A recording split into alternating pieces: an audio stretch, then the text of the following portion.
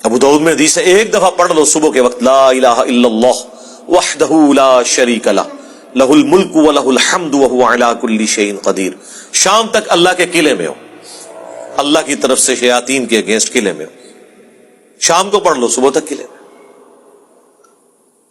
ابو داؤد ترمذی میں ہے کہ جو شخص صبح اور شام تین دفعہ آخری 3 سورتیں پڑھ لیتا ہے، ہر چیز سے اسے کفایت کر جائیں گی.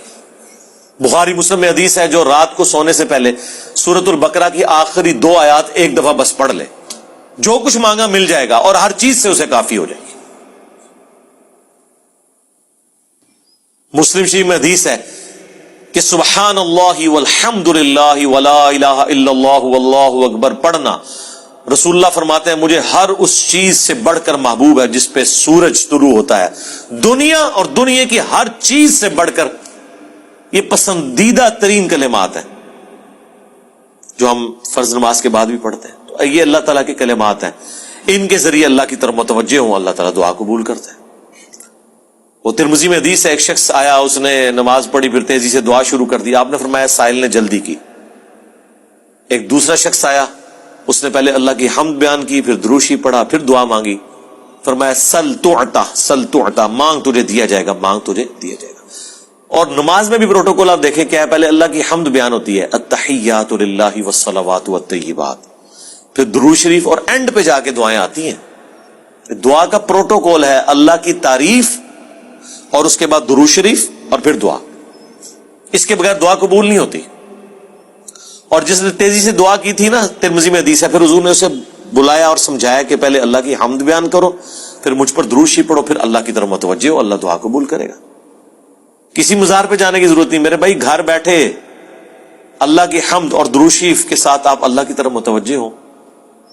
مسلم شریف میں حدیث ہے جو اذان کا جواب دے وہی کلمات ریپیٹ کرے، حی علی الصلاح حی علی الفلاح پہ لا حول ولا قوت الا باللہ کہے، اور اس کے بعد مجھ پر ایک دفعہ درود شریف پڑھے اور الوسیلہ والی دعا مانگ لے، قیامت کے دن میری شفاعت اس کے لیے حلال ہو جائے گی. اللہم اجعلنا منہم آمین.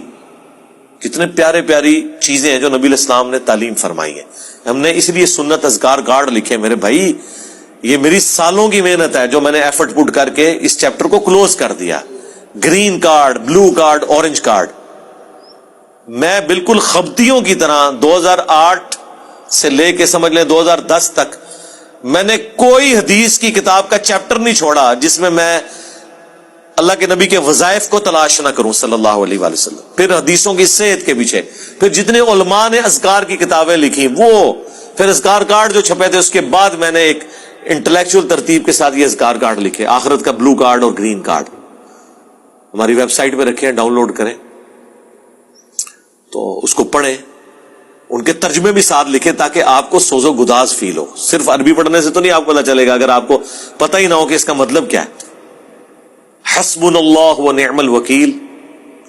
بخاری کی حدیث ہے، ابن عباس کہتے ہیں کہ تمہارے جد امجد ابراہیم کو جب آگ میں پھینکنے لگے تھے تو وہ پکار اٹھے تھے حسبنا اللہ و نعم الوکیل. اور تمہارے نبی پہ بھی جب مصیبت آتی تھی وہ کہتے تھے حسبنا اللہ و نعم الوکیل. اور اس کا ذکر تو قرآن میں ہے سورہ آل عمران کے اندر کہ جب اہل ایمان کو خبر پہنچی کہ کافر ان کے خلاف سازشیں کر رہے ہیں تو اہل ایمان پکار اٹھے حسبنا اللہ و نعم الوکیل.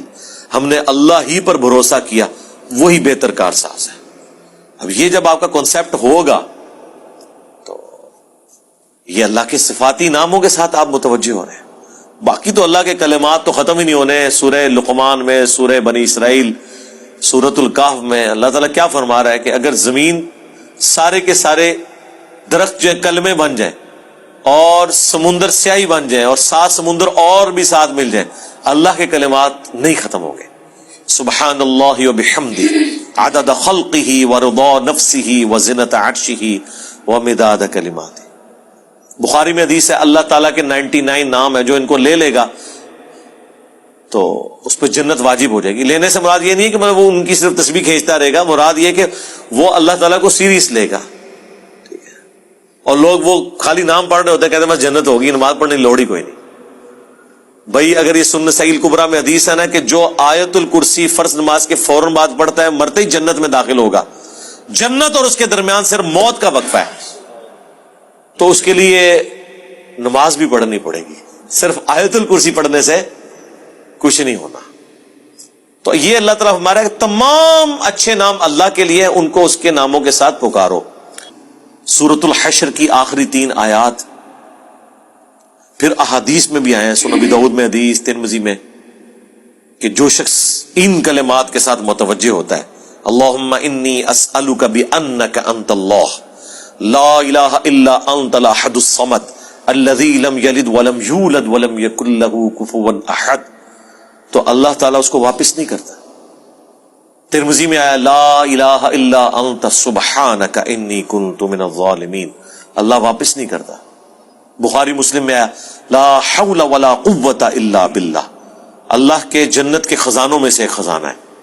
تو یہ اسماء الحسنہ جو ہے اللہ تعالیٰ کے نام، اس کے صفاتی نام، وہ نہیں ہے جو آپ کو صوفیاء بتا رہے ہوتے ہیں کہ اتنے ہزار دفعہ یہ نام تسبیح کھینچ لیں، وہ نہیں، وہ ایک دفعہ ہی بہت ہے میرے بھائی. یہ ایک ہی دوائی کام کر دیتی ہے.